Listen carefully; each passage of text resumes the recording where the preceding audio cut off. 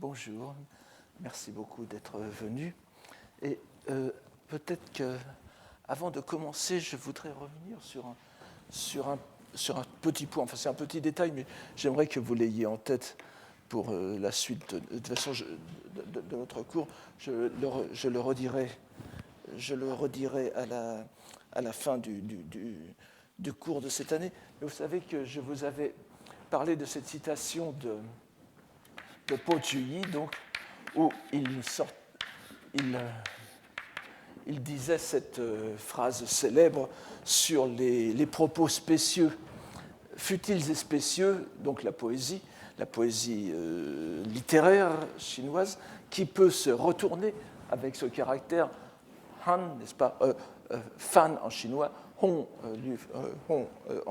en japonais, et hirugaesu, donc elle se retourne elle se transforme. Et n'oubliez pas que ce caractère, comme vous le savez tous, est aussi utilisé dans la locution honyaku, c'est pas traduire, et c'est un terme qui se trouve déjà dans les textes chinois anciens, surtout dans les textes bouddhiques d'ailleurs, et évidemment, lorsque, comme nous l'avons vu à la fin du cours de la semaine dernière, Jien réutilise cette même citation dans sa postface à l'adaptation japonaise des poèmes de Po Chuyi, il le prend évidemment dans les deux sens. Les propos futiles et spécieux se retournent pour devenir de bons agents karmiques dans les vies ultérieures, mais aussi deviennent des traductions en japonais, ce qui conforte cette idée que l'on trouve à son époque sur le Utanomichi, la voie de la poésie, et Hotoke no Michi est la voie bouddhique. C'est à la fois un retournement donc karmique et un retournement dans la traduction. Je voulais rajouter ce détail. Donc il est temps aujourd'hui d'aller à l'essentiel et d'aborder le contenu de ce texte complexe qu'est le Wakan Roeishu. Le professeur Shirane, dont j'ai déjà parlé, a résumé le rôle de ce recueil comme celui d'un manuel que l'on étudiait pour se familiariser avec la composition poétique dans les deux styles chinois et japonais. C'est ce rôle qui explique que le texte ait fait l'objet de nombreux commentaires japonais au cours des âges. Ces commentaires sont désormais recueillis dans une édition moderne qui est intitulée « Collection des commentaires anciens du Wakan Roeishu ». Wakan Roeishu Kochu Shaku Shusei, qui est faite par plusieurs professeurs, les professeurs Ito, Kuroda et Miki. Mais publié depuis en 4 volumes, n'est-ce pas, 3 tomes. Et en particulier, c'est cette collection des commentaires anciens contient ceux qui font le plus souvent le fondement des explications et des interprétations modernes. Donc, le plus ancien, c'est celui qui est en premier ici, Oe no Masafusa, n'est-ce pas? Donc, vous avez les dates ici. Le Roe Go-chu, les glosses de Oe au Roeishu, qui est en fait constitué de notes interlinéaires, des notes faites par Masafusa sur le texte même. Ce n'est pas un ouvrage indépendant, mais ces notes marginales ont été reprises dans les commentaires ultérieurs. Il y a ensuite 2 commentaires importants, à peu près contemporains. Les glosses personnelles sur le Wakan Roeishu, le Wakan Roeishu Shichu, qui sont rédigés en style chinois, en Kambun, dû à Shin-a, qui est l'autre nom d'un moine de la fin du XIIe siècle, Kakumyo, donc un moine qui était actif au tout début de l'époque de Kamakura. Ce Kakumyo a un certain renom, mais on sait relativement peu de choses de sa carrière, et on voit qu'en tant que Shin-a, évidemment, ce nom démontre un attachement aux croyances amidistes.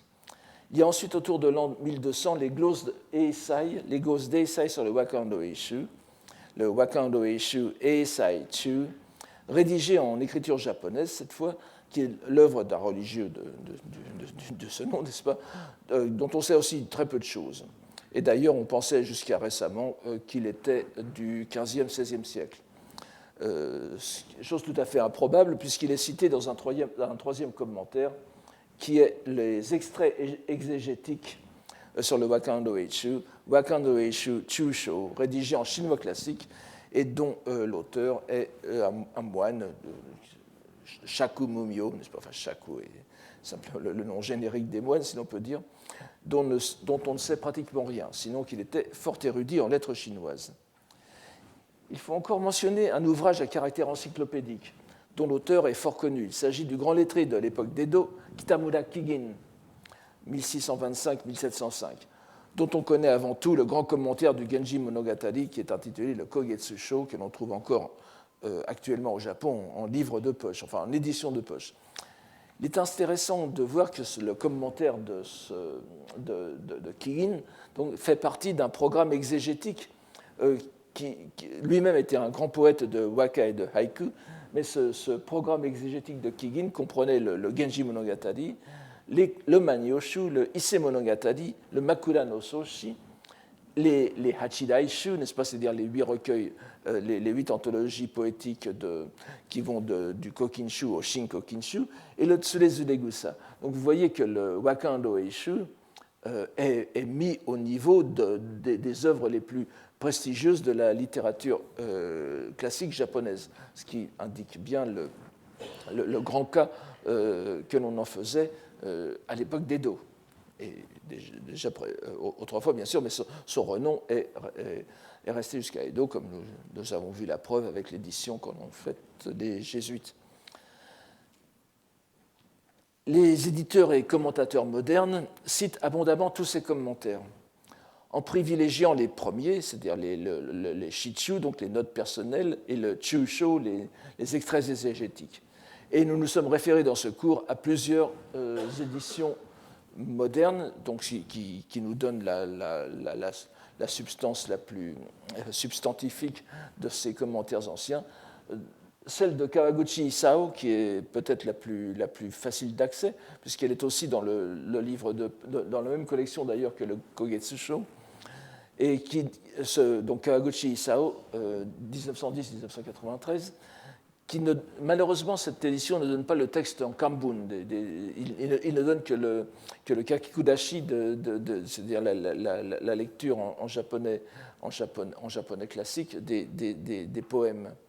Mais elle est très précieuse en raison évidemment de l'érudition de l'immense érudit qui était Kawaguchi Isao, grand spécialiste de la littérature de style chinois de Heian. Une autre collection copieusement commentée et que nous utiliserons souvent parce qu'elle me semble être la plus pratique et la plus riche, c'est celle du professeur Sugano Hiroyuki, le Wakando Eishu, donc, qui est dans la collection Nihon Koten Bungaku Zenshu, Shimpen Nihon Koten Bungaku Zenshu de Shogakkan, 1999. Et ensuite, nous avons celle des professeurs Osone Shōsuke, qui est mort en 1993 aussi, et qui est un grand spécialiste de la littérature de style chinois de l'époque de Heian. Et l'édition la plus récente, qui est aussi très intéressante, c'est celle des deux professeurs Sato Michio et Yanagisawa Ryoichi, qui est paru en 2011 dans la collection Meiji Shoin, dans la série Wakanbungaku Taike, le numéro 47 de cette série, qui a le grand intérêt de mettre en plus du Wakando Eishu, dans le texte qui nous intéresse, un autre texte bien moins connu qui est le Shinsen Roeishu, c'est-à-dire le nouveau recueil des poèmes à réciter.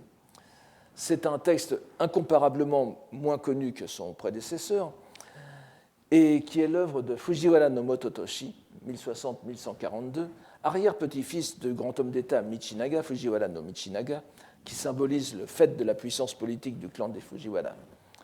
Mototoshi a droit à la célébrité grâce à l'un de ses poèmes qui figure dans le Hyakuni Isshu, c'est cette grande anthologie de la fin de l'époque de Heian, qui est due à Teika, mais il en a aussi une centaine qui ont été retenues dans les anthologies impériales. Il fut aussi l'un des grands calligraphes de l'époque de Heian, et on possède une copie manuscrite justement de ce texte, de ce nouveau recueil qui est de sa main.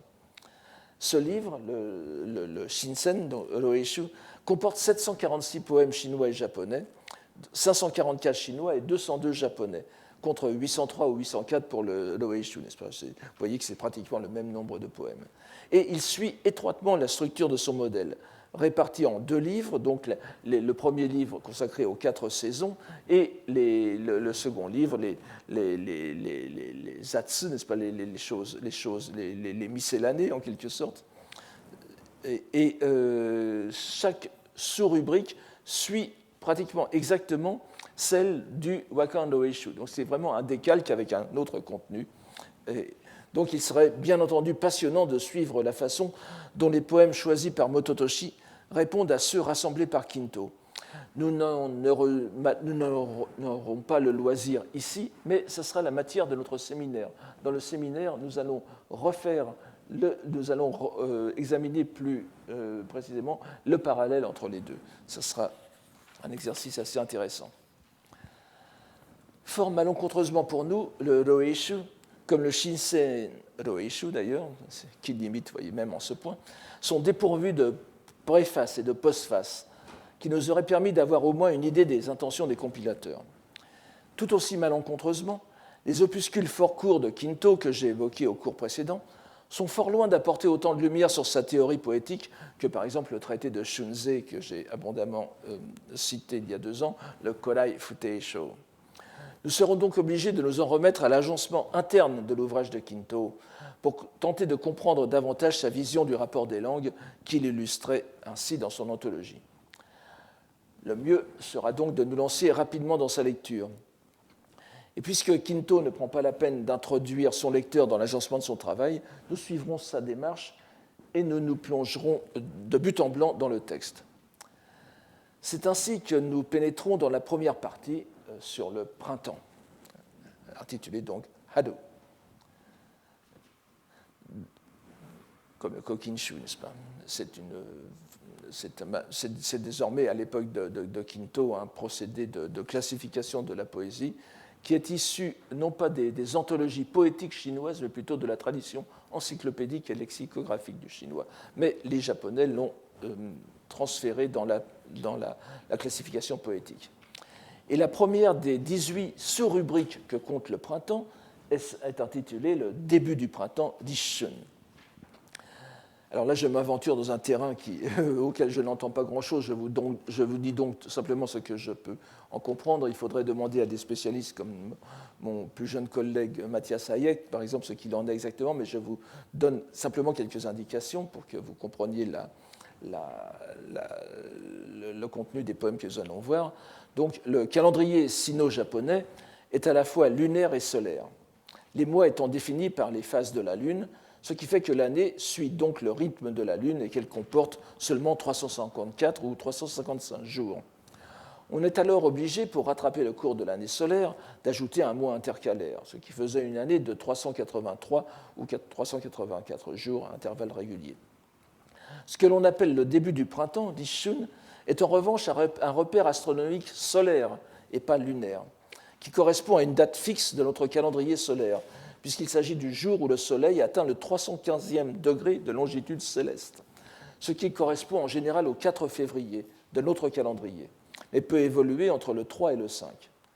Le nouvel an lunaire, donc le japonais, ne suit pas forcément le début du printemps, en raison du décalage entre rythme solaire et lunaire.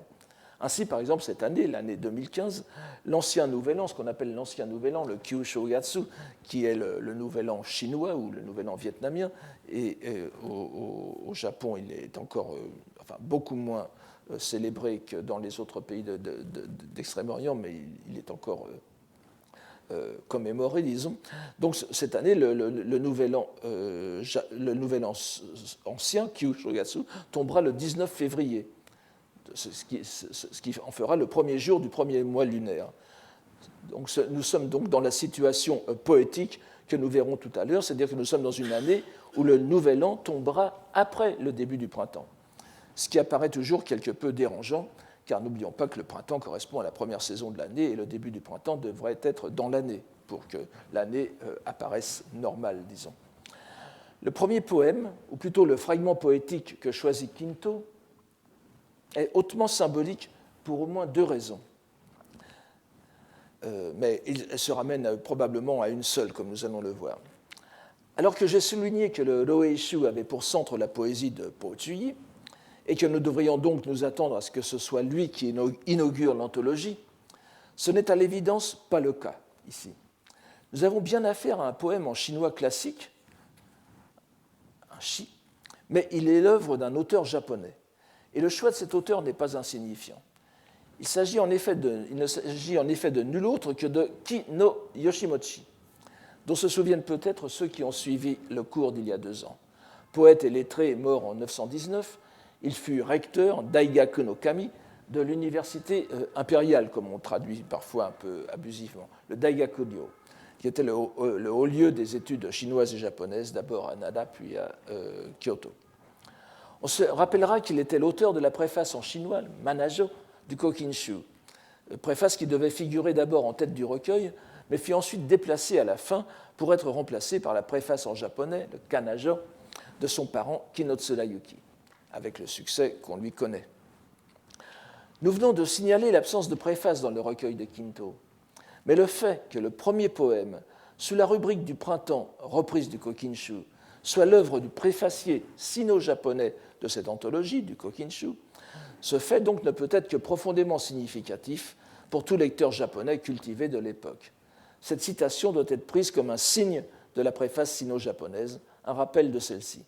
Ce poème est à la fois poème et préface. Il est donc d'autant plus important de relever que cette citation est en sino-japonais. Il s'agit d'une sorte de rectification du Kokinshu, d'une remise dans la bonne perspective hiéroglyphique du rapport entre les 2 langues, le chinois, le sino-japonais en premier. Que cela n'est rien de fortuit sera démontré très bientôt. Mais on doit aussi relever que le choix du sino-japonais était aussi inévitable en raison de la structure du recueil, qui donne la priorité au chinois avant le japonais. Cela ne rend que plus remarquable que, contrairement à la disposition d'ensemble de ce recueil, qui sera chinois d'abord, c'est-à-dire le chinois écrit par un chinois, ensuite sino-japonais, c'est-à-dire le chinois écrit par un japonais, et japonais ensuite, nous ayons ici dans cette première série, cette première courte série, une répartition différente. Voyons d'abord la citation de Yoshimochi. Je vous ai donc donné ici le texte chinois original, la lecture sino-japonaise, la lecture japonaise, donc, que j'ai adaptée en faisant, par exemple, vous voyez que le premier, je n'entre pas dans les détails, vous voyez que le caractère fuku est lu très habilement kaze, au lieu de, parce que il faut en faire un nom, puisqu'il est grammaticalement, c'est un complément d'objet. Et j'ai standardisé en quelque sorte les formes verbales. Vous voyez que oite, le premier caractère est lu oite, alors que l'on trouve otte, oute, etc., selon les différentes éditions. Bon, le titre, on reviendra très rapidement dessus tout à l'heure. Donc, au début du printemps, le jour du Rishun, en présentant une fleur ou un rameau, sans doute un rameau fleuri, présentant sans doute à l'empereur un rameau fleuri, lors du repas, le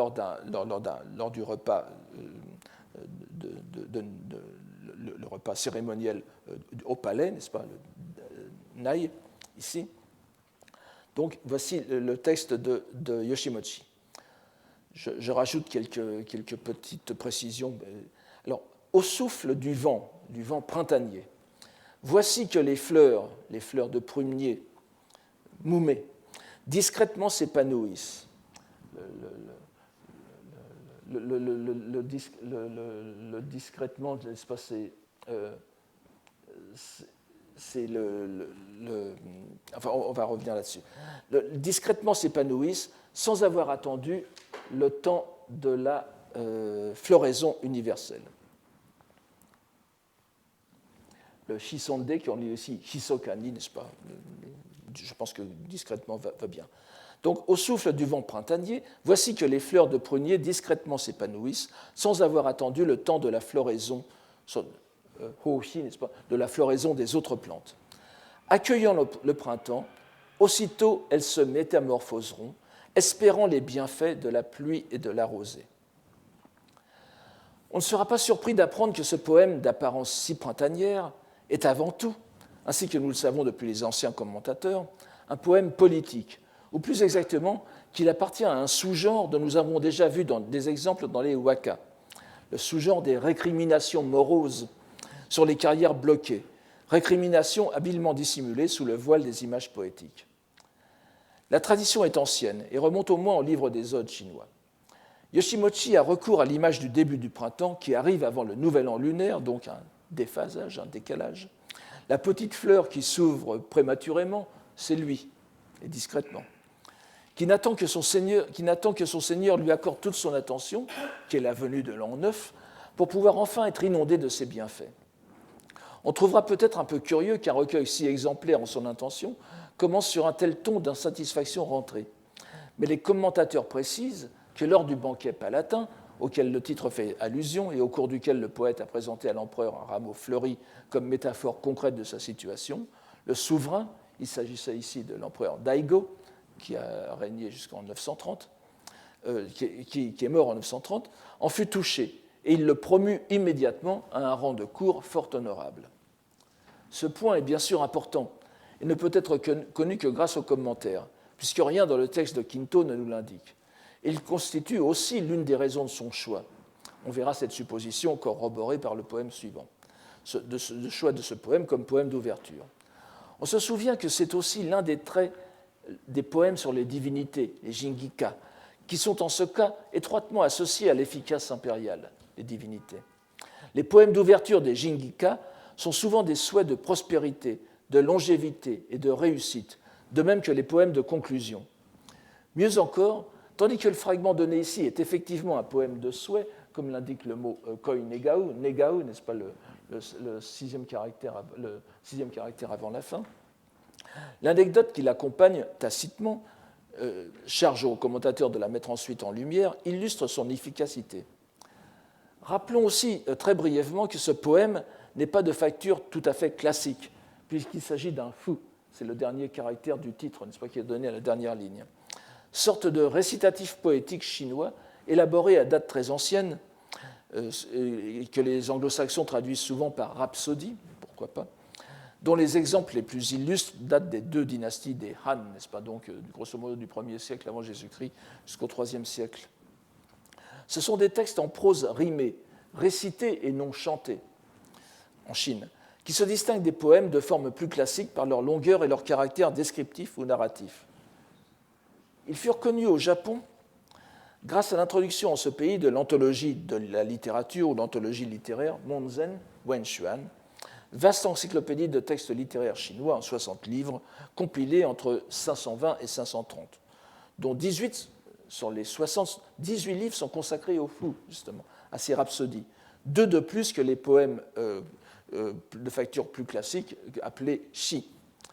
Ces textes, qui vont de moins 300 à plus 500 environ, furent avidement étudiés au Japon, dans le Monzen. Et le Monzen fut la base de l'éducation littéraire dès l'époque de Nara, et connu son apogée à Heian.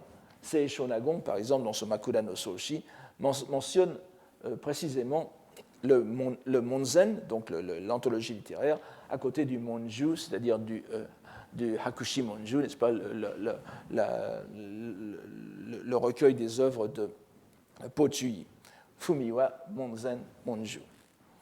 Les livres, c'est les livres et en même temps les modèles de livres sont le Wenxuan et le Monju. Il n'est donc pas étonnant qu'un fin lettré chinois tel que Yoshimochi se distingue dans ce genre éminemment lettré, d'autant plus qu'un thème qui s'y rencontre très souvent dans ce fu, c'est la complainte du lettré qui n'arrive pas aux honneurs qu'il estime avoir mérités. Nous ne pouvons entrer ici dans les remarques plus détaillées des commentateurs sur les résonances du vocabulaire de cet extrait avec les poèmes de Pochuyi, d'autant plus qu'elles sont assez vagues pour être véritablement révélatrices. Mais c'est bien sûr des rencontres, des résonances dont il faudra tenir compte lorsqu'elles seront plus significatives. Le second poème apparaît encore comme l'illustration de l'efficacité verbale face aux circonstances adverses. Il s'agit, encore une fois, de l'œuvre d'un poète japonais, rédigé en style chinois. Il y a encore une fois une incertitude dans l'attribution selon les différentes versions. Je ne l'ai pas fait remarquer tout à l'heure, mais nous suivons encore une fois la grande majorité des éditeurs modernes pour désigner l'auteur comme Fujiwara no Atsushige, parfois lu Atsumochi, et prononcé le plus souvent dans le Wakan no Ishu, lu accompagné de la lecture Tokubo, c'est-à-dire la lecture phonétique sino-japonaise, donc qui fait plus lettré. Nous savons très peu de choses sur lui, sinon qu'il vécut au Xe siècle, une ou deux générations avant Kinto, et que plusieurs de ses poèmes sont recueillis dans les anthologies sino-japonaises, et que 6 de ses poèmes sont cités dans le Wakan no Ishu, dont un en entier. Voyons tout d'abord donc ce fragment, ce distique intitulé, je vous le donne en bas, n'est-ce pas, Le jour du début de printemps, une description de mes sentiments que j'offre aux compagnons de l'unkaku. Le unkaku, c'est vous voyez les caractères dans le titre à la dernière ligne. Et je vais vous faire remarquer pour les japonisants modernes que le caractère un, n'est-ce pas, la clé de la plante et la partie phonétique un en dessous, ce n'est pas l'abréviation de ge et de geijutsu, ça n'a rien à voir, vous le savez, n'est-ce pas, ce sont deux caractères différents, puisque ce caractère un désigne une plante, ce n'est pas donc le lézard, c'est une plante qu'on appelle en français d'un nom un peu désobligeant la rue fétide, n'est-ce pas, c'est-à-dire c'est une plante dont on mettait les feuilles entre les pages des livres pour faire fuir les insectes. Et ce unkaku, donc ce cabinet de la rue, si j'ose dire, est le nom sinisé littéraire du Uchi no Gosho Dokoro, n'est-ce pas, c'est-à-dire la bibliothèque palatine, la bibliothèque impériale, dont Atsushige faisait partie. Donc il les offre à ses compagnons bibliothécaires, en quelque sorte. Je vous donne la traduction de ce poème, de ce distique. La partie est de la glace de l'étang. Le vent printanier qui l'a traversé l'a fondu. Mais les fleurs de prunier à la fenêtre du nord, bloquées par la neige, sont encore sous le froid. J'adapte un peu pour que l'on voit l'ensemble. Alors je traduis systématiquement moumé par prunier plutôt que prunus, parce que le prunus n'est pas très joli, le mot n'est pas très joli en français. Nous avons ici encore au niveau littéral la description d'un début de printemps qui est encore situé du mauvais côté de l'année et de ses conséquences contradictoires sur le paysage, dont une partie est déjà entrée dans le dégel annonciateur des beaux jours, tandis que l'autre endure encore le froid. Cependant, les commentateurs les plus anciens nous donnent de précieuses informations encore sur les réelles motivations du poète, motivations qui expliquent que cette pièce est donnée comme une description des sentiments. L'auteur aurait demandé en mariage la fille d'un général, et le père s'était montré favorable à sa demande, contrairement à la mère de la jeune personne qui avait manifesté une certaine réticence qui aurait été justement vaincue par ce poème. Il est à peine besoin de souligner comment se répartissent les métaphores, n'est-ce pas, la partie est de la glace de l'étang qui a fondu, bien c'est le papa, et la partie bloquée, n'est-ce pas, fermée par la neige, c'est soit la belle elle-même, soit la belle-mère ou la future belle-mère, n'est-ce pas? Donc, c'est en tout cas que ce soit la jeune fille ou sa maman, et elles ont changé leurs sentiments en entendant ou en lisant le poème. Quoi qu'il puisse en être, si l'on retient seulement que cette piécette a prouvé son efficacité en changeant le cœur de celle qui l'a lue, nous voyons qu'elle se rattache doublement à celle qui précède. D'une part par le thème, qui est le décalage entre début du printemps et l'an neuf, d'autre part comme exemple d'opérativité verbale, n'est-ce pas, d'opérativité verbale réussie, comme dit le célèbre traité de Austin, n'est-ce pas, How to do things with words, comment faire, c'est dire. Le premier poème remuant le cœur de l'empereur et le second faisant fondre le cœur de la belle ou de la belle-mère. En l'absence de préface, nous ne pouvons savoir exactement quelle était l'intention de Kinto, mais il est évident que les commentateurs anciens ont eu leur idée là-dessus. Nous n'avons aucun moyen de vérifier si le lien qu'ils ont établi était conforme à la volonté du compilateur, mais l'essentiel, pour nous qui nous soucions avant tout dans cette enquête de la continuité de la conscience langagière telle qu'elle se dégage de cette tradition d'exégèse poétique est qu'il se soit instauré, ce lien, et ce, à date assez ancienne, pour créer la tradition. Il est en tout cas impossible pour tout, nous ne dirons pas lettré, mais même toute personne japonaise un peu cultivée, de ne pas découvrir les traditions qui se rattachent à l'énonciation de ces poèmes, sans penser immédiatement au tout début, d'abord la première pensée, n'est-ce pas, la préface japonaise du Kokinshu, que je vous donne, dont je vous donne ici l'une des parties. Vous avez le texte japonais et je vous donne la traduction française. Je cite, « De tous les êtres vivants, lequel ne composerait pas de poèmes? Ce qui, sans recours à l'effort, chikara o irezushite, chikara omo irezushite, ce qui, sans recours à l'effort, remue le ciel et la terre, inspire la pitié aux esprits invisibles, onigami, là je ne reviens pas là-dessus, on en a traité la dernière fois, enfin il y a 2 ans. Donc, ce qui inspire la pitié aux esprits invisibles, adoucit les rapports entre hommes et femmes, apaise le cœur des farouches guerriers, c'est la poésie. » Tacitement de notre point de vue de moderne, mais de façon évidente pour tous à l'époque, les 2 premiers poèmes choisis par Kinto pourraient donc bien se référer à la préface japonaise de Tsurayuki, avec laquelle il résonne sans aucun doute. Mais les 2 citations du Roishu sont sino-japonaises, et le bon sens exige donc, d'autant plus que c'est appuyé par l'auteur de l'un des 2 poèmes, le bon sens exige donc que nous allions voir ce que dit l'autre préface du Kokinshu, celle en sino-japonais, écrite par Yoshimochi, l'auteur du premier poème. Or, nous constatons qu'elle est légèrement différente. Je vous la traduis. Pour remuer le ciel et la terre, émouvoir les esprits surnaturels, convertir à la morale, adoucir les rapports entre mari et épouse, il n'y a rien de mieux que le waka. Ce que l'on peut traduire du terme général de morale, jinrin, est en fait plus précis. Il désigne les 5 relations sociales qui règlent les rapports humains, les 2 premiers, enfin les plus importants, étant ceux entre souverain et sujet, ou le ministre, n'est-ce pas, shin, et entre époux, les autres étant la relation entre parents et enfants, entre frères et entre amis. Le verbe kasu, n'est-ce pas, bakeru, n'est-ce pas, jinin o kasite, le verbe kasu signifiant transformer dans le bon sens, améliorer, nous voyons que les 2 premiers extraits suivent exactement l'ordre de la préface chinoise. La préface japonaise mettant la relation homme et femme d'abord et ensuite les farouches guerriers, un terme qui ne peut sans doute pas s'appliquer à un souverain de l'époque de Heian.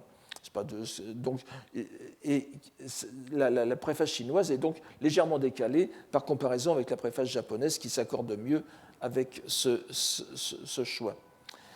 Il faudrait alors conclure qu'il y a bel et bien un rapport étroit entre le contenu de ces poèmes et la préface chinoise de Yoshimochi.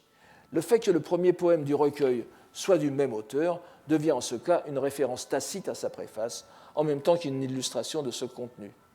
La poésie permet effectivement de rectifier la hiérarchie sociale.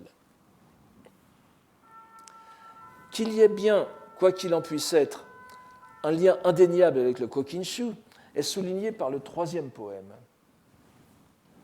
que j'avais déjà brièvement montré au premier cours dans son étonnante version en lettres latines telle que l'a produite Rodriguez, que je vous redonne ici, n'est-ce pas, dans cette délicieuse transcription ancienne, et qui est en même temps, qui a sur les transcriptions modernes un avantage, je dirais, linguistique, c'est-à-dire qu'il met les enclitiques, vous voyez, les no, les wo, etc. Il colle les enclitiques, très littéralement, ce qui est leur étymologie, au nom qui les supporte, n'est-ce pas, ce qu'on ne fait pas dans les transcriptions modernes et qui est bien plus intelligent linguistiquement. Donc je vous redis la traduction de ce texte. Au cours de l'année, le printemps est arrivé. De l'année entière, donc de l'année où nous vivons encore, de l'année entière, dira-t-on l'an passé ou dirons-nous cette année?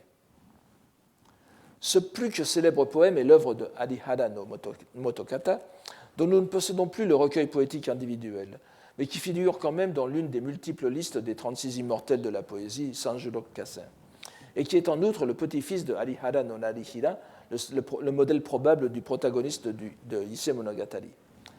Poème emblématique, donc, qui est donné ici comme premier poème du recueil, de même qu'il est le premier poème du Kokinshu. C'est assez dire la volonté du compilateur de présenter symboliquement son anthologie japonaise et chinoise sous le signe du Kokinshu. Nous verrons dans un instant qu'il ne s'arrêtera pas là, mais nous pouvons d'ores et déjà admirer la façon, si notre lecture est exacte, dont il a suggéré la présence de la préface du même recueil dans les deux premiers poèmes sino-japonais.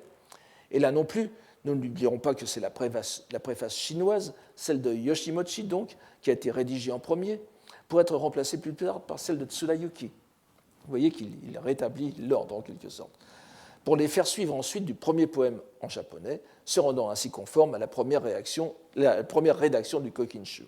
Préface en chinois, poèmes en japonais. Voilà donc la première série typique de l'ordonnancement du Wakan no Eishu. Au moins 2 poèmes chinois ou sino-japonais, puis un ou plusieurs poèmes japonais qui traitent du même thème.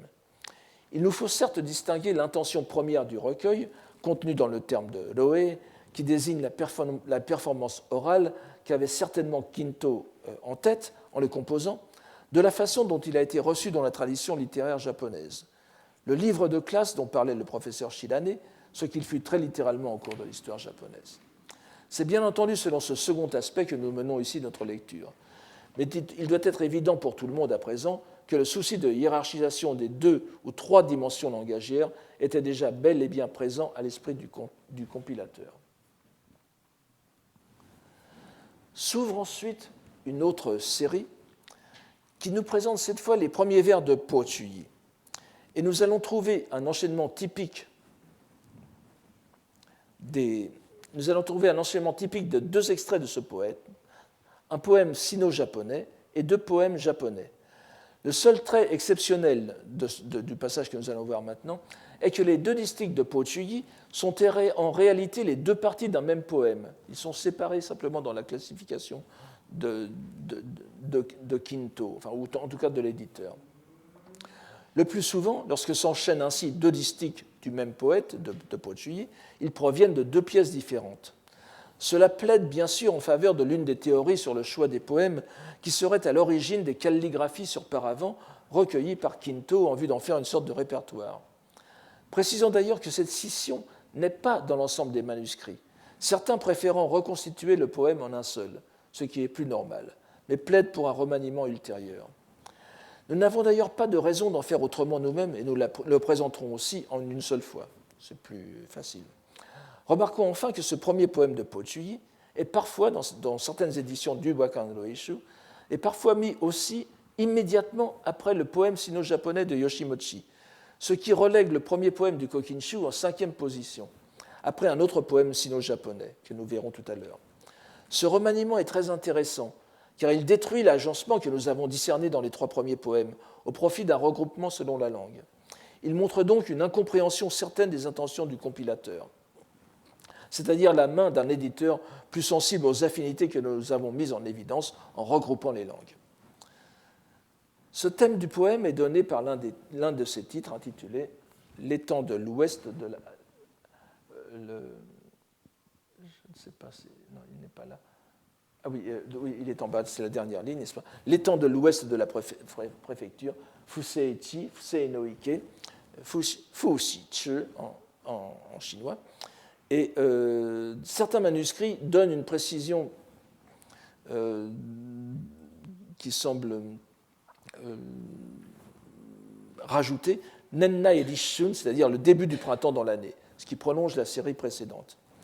La préfecture dont il est question ici est celle d'une province du Honan, d'une préfecture du Honan, où Po Chuyi était stationné, était en poste en 830. Voyons d'abord le texte. Alors, je ne vais pas justifier chacune de mes traductions, surtout pour les pointes des branches, etc. Ça nous mènerait trop loin. Prenez-la telle qu'elle et puis nous pourrons en discuter pendant le séminaire si vous voulez. Les saules sont sans force.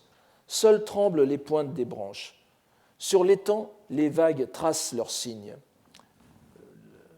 Ceci nous fait penser, bien sûr, au texte de Kukai que nous avons vu l'an dernier, n'est-ce pas, où les signes de la nature montent, n'est-ce pas. Sur l'étang, les vagues tracent leurs signes. La glace partout s'est rompue. Secondistique. En ce jour, à l'improviste, Shirazu, ici, sans qu'on en prenne conscience, en ce jour, à l'improviste, qui donc l'a calculé pour que vent du printemps et eau vernale en même temps surviennent. Cette délicate description des timides prémices du printemps, dans la première partie, se poursuit dans la seconde par une réflexion de naïve contemplation de la nature. Quel est l'esprit primordial qui agence les phénomènes de façon aussi harmonieuse? C'est le grand horloger, n'est-ce pas? Nous voyons sans peine comment les poèmes sino-japonais qui l'ont précédé répondent par anticipation à ce poème de Pochuyi, qui leur est bien sûr antérieur. Nous avons le vent, l'eau, les fleurs. Nous voyons aussi que nous avons ici, avec la locution en même temps, qu'on peut lire Ichiji ou Ishi, n'est-ce pas? Ichiji ni kitaru ou Ishi ni kitaru, une manière de réponse à l'embarras créé par le déphasage entre le début du printemps et l'an neuf. Tout est admirablement coordonné dans le monde. Cela rend d'ailleurs peu compréhensible la suscription Nennai Rishun, n'est-ce pas, arrivée du printemps du Rishun au cours de l'année, avant le Nouvel An, que portent les manuscrits. À moins que ce ne soit précisément pour mieux mettre en contraste ce poème avec les trois premiers. Ainsi, l'apparition, si l'on peut dire, du premier poème de Pochuyi dans le recueil résonne comme une révélation. Il place brusquement la poésie au niveau de la réflexion philosophique, bien que ce soit en termes très simples, mais qui tranche avec la tonalité générale de la poésie qui s'attache à exprimer les sentiments plutôt que la réflexion. Serait-ce aller trop loin que de voir en ces vers l'une des raisons qui font qu'un moine bouddhique comme Jien fera plus tard de Pochuyi le corps de transformation de Manjushri, le bodhisattva de la sagesse, pratiquement un Bouddha. Cette tonalité d'interrogation métaphysique, si l'on peut dire, est prolongée dans le poème suivant, qui lui donne une coloration religieuse indéniable. Il s'agit du premier distique d'un quatrain sino-japonais de 7 pieds, Shichigonzeku, dont l'auteur est désigné à la chinoise comme Ryo Shundo, son nom japonais étant Korenaga, parfois lu Koreyoshi, no Hadomichi. Il vécut au IXe siècle. Il était peut-être de famille d'origine coréenne et était le contemporain de Ono no Takamura, 802-853, le célèbre poète de style chinois et de style japonais. Nous avons au moins un échange de poèmes chinois entre les deux. La seconde partie de ce poème, d'ailleurs, les deux derniers vers, donc, se trouvent, eux, dans le Shinsei Eroeishu, n'est-ce pas, dans le nouveau Eroeishu, justement dans la sous-rubrique Récitation du nom de Bouddha, Butsumyo, qui relève, comme dans notre recueil, de la rubrique hiver. Alors vous voyez que selon les listiques, l'un est en hiver, l'autre est en été, au printemps, mais vous allez en voir la raison tout de suite. Nous verrons donc cette seconde partie en séminaire. Nous nous contenterons ici de la première. Une notice nous apprend que le poète résidait dans un temple de montagne, même Sanji Yamadera, au moment du début du printemps. On ne sait si ce Yamadera était le N-Ryakuji ou le Ishi Yamadera, mais voici ce qu'il décrit. Je vous traduis ce poème.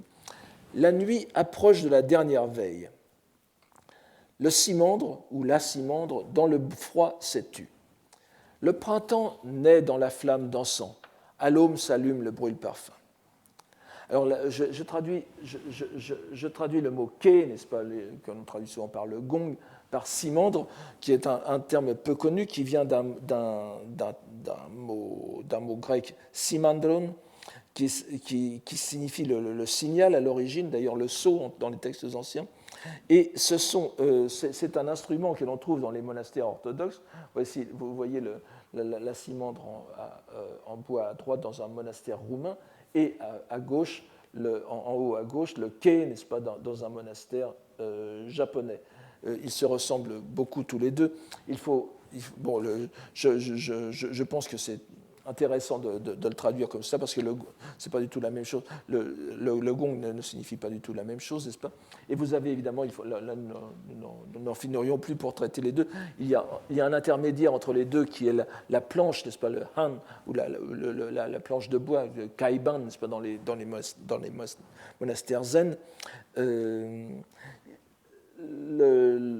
La planche en tant que telle vient peut-être des monastères indiens, mais le kei Et vous voyez, c'est une simplification de l'ancien instrument de musique chinois. Enfin bon, voilà, c'était simplement une petite digression là-dessus, si vous vouliez m'excuser. En plus, le genre du mot simandre n'est pas... C'est en principe masculin, puisque c'est un neutre en grec, mais on le trouve le plus souvent en féminin en français. Voilà. Ça me semble être un mot très utile pour traduire certaines poésies sino-japonaises. On comprend sans peine que la seconde partie du poème a été mise dans la rubrique hivernale, et nous verrons que son contenu est profondément bouddhique, puisqu'il évoque comment la pratique de la pénitence, sange zange en japonais moderne, mais la prononciation puriste de l'école Tendai est sange. Comment la pratique de cette pénitence, donc sange, défait les obstacles karmiques et dissipe l'ignorance. Déjà dans ce premier distique, la mention de l'encens et de l'encensoir, sans parler de la situation dans un temple bouddhique, ne peut que nous orienter vers une représentation religieuse du printemps. À l'adverbe de temps ichiji, n'est-ce pas, en même temps du poème de Pochuyi, répond ici tout le premier vers, qui mentionne les heures nocturnes égrenées par le simandre, ce qui crée un lien entre la question du poète chinois, qui a coordonné la nature pour que les phénomènes arrivent ainsi en même temps, et la réponse du poète japonais, qui évoque les heures monastiques, dans la nuit, dont on comprendra à la lecture du second distique que c'est celle de l'ignorance. À l'issue de la nuit, c'est la fumée de l'encens de la cérémonie bouddhique qui salue l'aube, Akatsuki, dont le nom s'écrit avec un caractère, le caractère Gyo, qui se lit aussi Satoru, Satori, lecture sur laquelle il est à peine besoin d'insister, donc c'est l'éveil bouddhique. Ainsi, le printemps est associé sans ambiguïté à l'idée d'éveil. On trouve donc renforcée et prolongée dans ce poème sino-japonais l'atmosphère métaphysique au sens de tentative d'aller au-delà de l'apparence de la nature qui s'esquissait chez Pochuyi, pour nous retrouver franchement dans une réponse toute bouddhique. Il n'y a pas d'antagonisme avec le poète chinois, mais bien prolongement, car nous avons déjà vu, bien que très rapidement, combien le bouddhisme imprégnait l'esprit de l'œuvre de Pochuyi. Après cet agencement typique d'un poème de Po suivi d'un poème sino-japonais, la série se complète avec 2 poèmes japonais. L'auteur du premier nous indique à l'évidence que nous avons là aussi affaire à une allusion au Kokinshu, puisqu'il s'agit de Kino Tsudayuki, qui fut l'un des compilateurs officiels du recueil, où ces poèmes figurent en bonne place, outre bien sûr qu'il fut aussi le préfacier japonais. Le placer ainsi dans le recueil de Kinto comme le second poète japonais après Motokata, qui en est l'inévitable premier, en référence directe à l'ordonnancement du Kokinshu, accentue l'analogie qu'entend établir Kinto avec la structure de la première anthologie impériale, d'autant plus, bien évidemment, que le poème de Tsudayoki est aussi le second poème du Kokinshu. Second donc par la position, mais premier par son auteur. Voyons-le tout d'abord. Je vous donne la transcription japonaise en dessous du texte japonais, donc je peux me contenter de la lecture. Trempant mes manches, là aussi j'adapte un tout petit peu, trempant mes manches. Alors on peut lire shichite ou hijite. L'eau que j'avais prise au creux de mes mains, musubu, était prise dans la glace. En ce jour où se lève le printemps, le vent pourra-t-il la fondre? Ce poème où se mêlent les allusions à 3 des 4 saisons, l'été où le poète se rafraîchissait au même ruisseau, l'hiver où ce ruisseau était gelé, et le printemps où l'eau du ruisseau dégèle, reprend donc évidemment les éléments des précédents que sont le vent et l'eau. Mais nous voyons aussi qu'avec l'adverbe de temps kyo, le poème répond au même mot qui apparaît dans le poème précédent de Pochuyi. Vous aviez kyo shirazu, n'est-ce pas, qu'on pourrait lire kyo shirazu, tareka keikai seshi, on ne sait qui a aujourd'hui à calculer ce jour, n'est-ce pas, pour que tout tombe ensemble aussi bien. Ce ne peut être d'autant moins un hasard que nous allons le retrouver dans le second poème japonais, qui est aussi le dernier de cette seconde série. Il s'agit cette fois d'un poème de Mibun Tadamine, qui fut actif entre 898 et 920. Il a plusieurs poèmes présentés dans le Kokinshu, et bien qu'il ne figure pas au nombre des plus illustres poètes, il est malgré tout compté parmi les Sanjurok Kasen, donc les 36 immortels de la poésie. Ce n'est pas étonnant, dira-t-on, qu'il soit ici en bonne place, puisque ce classement même est l'œuvre de Kinto. J'ajoute que ce poème, je vous avais parlé du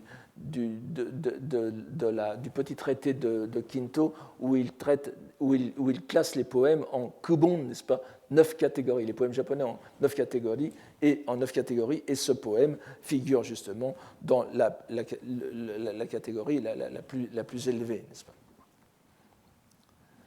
N'oublions pas que ce Mibu no Tadamine compte aussi parmi les compilateurs du Kokinshu, ce qui expliquerait déjà suffisamment le choix de ce poème parmi les premiers du Rōeishu.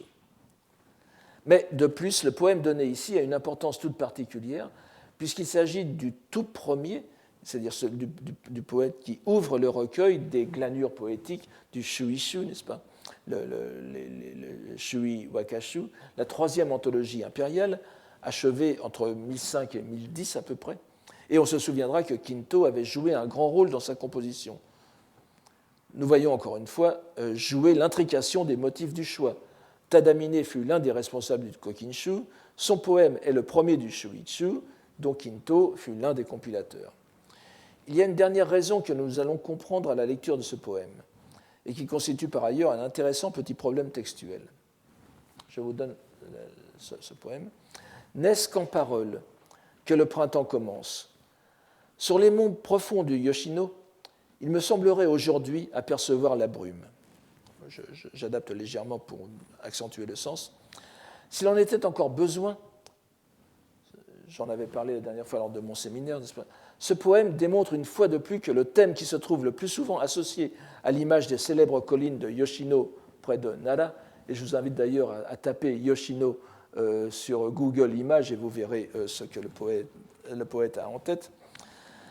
Donc, ce qui est le plus souvent associé à l'image des célèbres collines de Nara, ce n'est pas seulement l'éveil, vous savez que c'est un lieu de pratique bouddhique, un lieu d'érémitisme, et donc un lieu d'éveil, dojo, un lieu de pratique et d'éveil, mais c'est avant tout, et ça se trouve systématiquement dans les poèmes, très souvent en tout cas, c'est le lieu de la confusion des perceptions visuelles.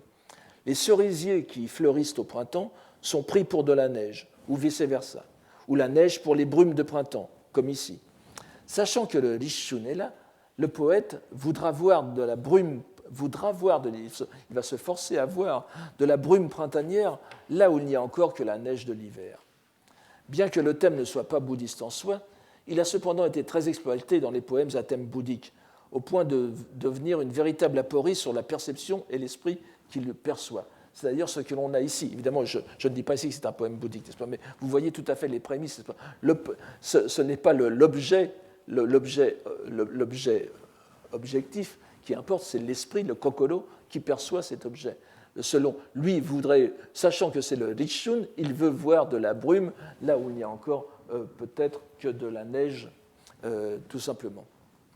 On a vraiment ici une bonne illustration laïque, si j'ose dire, de cette métaphore de Yoshino comme lieu de la confusion des sens, et pas seulement de l'éveil. L'éveil vient justement à Yoshino aussi, parce qu'on s'aperçoit que cette confusion des sens provient de l'esprit, et pas de la nature que l'on observe. Une fois que l'on a compris ça, on est sur le chemin de l'éveil. Alors que le Shuishu, donc les glanures poétiques, ou des recueils aussi célèbres que le Teika Hachidaisho, par exemple, l'anthologie que Teika avait fait lors de la première moitié du XIIIe siècle des huit grands recueils, des 8 grandes anthologies qui précédaient, et un nombre important d'éditions du Rōeishu même, donnent pour le 5e vers la version que vous voyez ici, n'est-ce pas, Kesawa Miyuran, c'est-à-dire ce matin, au lieu de aujourd'hui, donc il faudrait traduire à ce moment-là. Il me semblerait ce matin apercevoir la brume. Les éditeurs modernes du Rōeishu sont partagés entre les deux lectures, ce qui est surprenant compte tenu de la qualité des témoins de Kessa au lieu de Kyo, n'est-ce pas, en dehors du Rōeishu. Mais ainsi que je l'ai fait remarquer tout à l'heure, nous les comprenons sans peine, nous comprenons leur choix sans peine, si nous prenons en considération l'enchaînement des poèmes à l'intérieur de cette série. Nous avons vu en effet le mot Kyo, Konnichi, apparaître dans le poème précédent de Tsurayuki, et nous avons remarqué qu'il répondait aux termes japonais et sino-japonais, donc konnichi, kinjitsu en lecture kaon, et kyo du poème de Pochuyi. Il serait alors plus satisfaisant de compléter la série temporelle par le même adverbe et penser que telle était bien l'intention originelle de Kinto. C'était donc la leçon kyo qu'il avait sous les yeux. Mais il est vrai que la leçon kessa ne bouleverse pas de fond en comble la série. Simplement, là, nous avons un rappel tout à fait identique à chaque fois du terme. Nous avons donc passé en revue les 8 ou 7, selon les décomptes, poèmes et distiques qui forment la première partie de cette première rubrique du printemps, série consacrée au Rishun. Cela ne fait que la 100e partie du recueil, mais nous pouvons déjà en retirer quelques impressions. Tout d'abord, nous avons mis en lumière les liaisons évidentes entre le choix des pièces poétiques et l'intention du compilateur d'associer ces pièces à la constitution d'une sorte de préface non explicite, d'une introduction sous forme poétique qui fait fonction de préface si nous prenons garde à la place des poèmes japonais dans leur recueil d'origine et à leurs auteurs. Nous avons remarqué aussi l'illustration de l'efficacité de la parole poétique, exemplifiée par des poèmes sino-japonais, mais qui reposent sur les idées exprimées par les 2 préfaces sur les poèmes japonais. Mais il y a, par-delà les analogies de structure, une particularité de cette série, et je ne parle pas évidemment de l'efficacité verbale, une particularité de cette série qui nous donne un aperçu, aussi subtil qu'il puisse être, de la façon dont Kinto a conçu ses choix. Nous constatons que tous ces poèmes, sauf un, le second, se situent explicitement non seulement sous le signe de saison, ce qui est normal, mais se réfèrent au temps lui-même, au temps qui passe. Nous remarquons en effet que, mis à part le distique de Tokubo, qui se situe pourtant bien dans la suite du premier en prolongeant le thème du décalage du Rishun et du printemps, tous contiennent des termes qui se réfèrent non à la saison, mais au temps qui passe. Nous avons le mot ko du premier poème, le mot ko de tenko, n'est-ce pas? Le temps, le moment. Les 2 adverbes de temps, kozo, kotoshi, dans le poème de Motokata, donc cette année et l'année dernière. Le quatrain de Pochuyi contient aujourd'hui, calcul et en même temps. Le terme de calcul est prolongé dans le poème de Hanomichi par la mention de la cimandre et des veilles de la nuit, avec ensuite, dans les 2 derniers poèmes, la répétition de kyo, si nous acceptons cette lecture de kyo au lieu de kessa. Cette cohérence du vocabulaire à travers les morceaux qui composent cette série est d'autant plus remarquable qu'on ne la retrouve pas du tout dans la sous-rubrique suivante, par exemple, qui est consacrée à Soshun, les hayaku, hayaki haru, c'est-à-dire les premiers jours du printemps, ni dans celle qui suit, Kyoshun, Kyojiru, Koshun, l'essor du printemps, Sakadun. Cette préoccupation pour le temps, par-delà les saisons, serait-ce aller trop loin que de l'attribuer à des préoccupations bouddhiques? Il semble pourtant que l'identifier comme tel permettrait d'établir avec l'avant-dernière rubrique du Wakan Roeishu, l'avant-dernière rubrique, qui est placée elle aussi à un endroit particulièrement important et visible, n'est-ce pas? On se rappellera que la toute dernière rubrique est intitulée Haku, blanc, n'est-ce pas? Mais je suis déjà... on ne sait pas pourquoi. Je vous ai esquissé quelques explications la dernière fois, nous y reviendrons plus tard. Mais la dernière rubrique intelligible, donc, qui est l'avant-dernière, concerne une notion éminemment bouddhique, c'est la notion de l'impermanence Mujo. Nous aurions alors tout le recueil ainsi placé sous le signe d'une catégorie parfaitement bouddhique, celle du temps, et qui est évidemment reliée à l'impermanence, qui est encore bien en conformité avec les idées bouddhiques de Pochuyi que Kinto ne fait qu'accentuer. Je vous remercie donc de votre attention pour aujourd'hui.